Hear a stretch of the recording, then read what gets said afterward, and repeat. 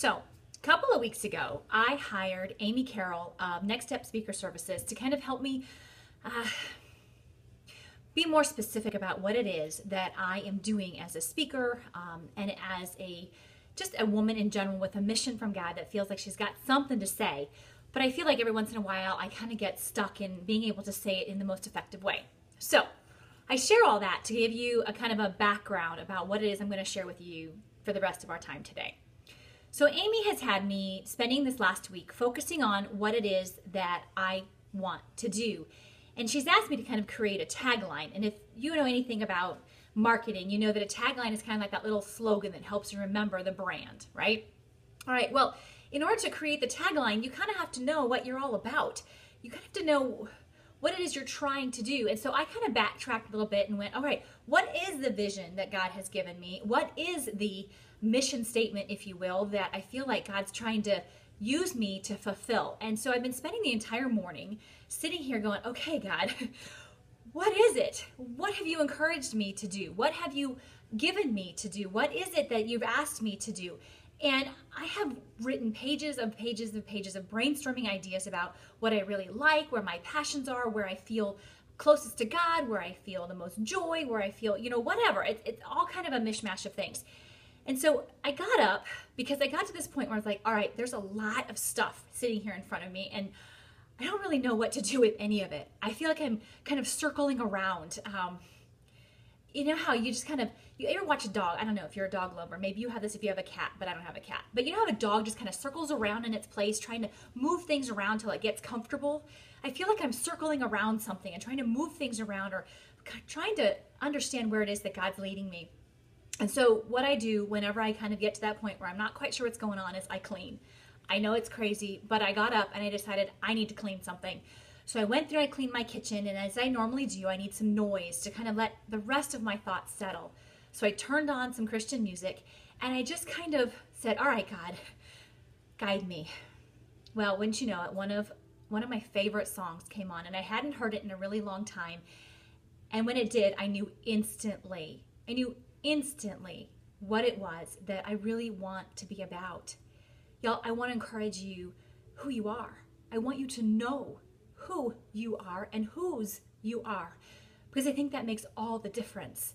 See, when we live a life according to our own expectations or somebody else's expectations, we end up getting stuck because it's not the authentic life that God created us to live. And it's in the trusting of God.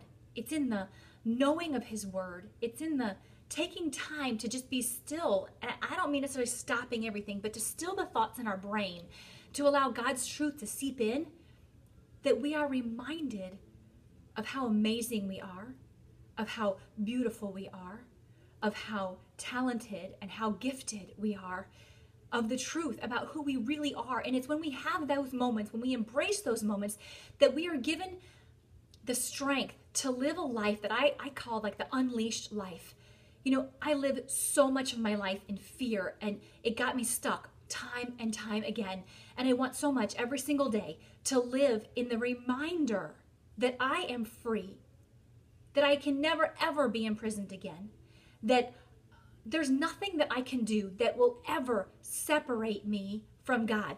I can't mess up. And it was when that thought hit my brain again today that I began to cry, because I knew that somebody out there today needed to hear, you can't mess up. You can't. Try whatever it is that's out there. And it doesn't matter what it ends up looking like.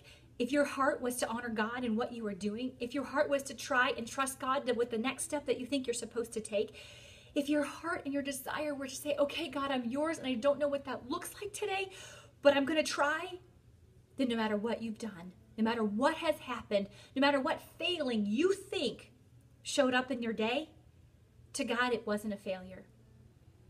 To God it was a sweet, sweet moment of how much you want to follow Him, of how much you want to be reminded of how much you love Him. I want you to hear this today. I want you really to stop for just a second and hear this. You are not a mistake. And what you've done in your life up to now is not all for naught. It's not some big mess that can't be redeemed, and in that redemption process that you can't be restored. And in that restoration, that your story can't be used to encourage and help somebody else. Y'all know that in my life, I use all kinds of examples of messes that I've experienced, and I pray that they have encouraged you. I even heard from one of you this past week that living a life of perfection is nuts, right?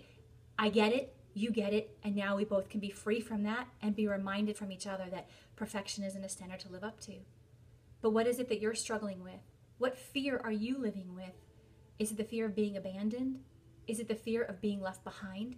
Is it the fear of being ridiculed? What is causing you to not feel God's love so overpowering in your day that you can trust him?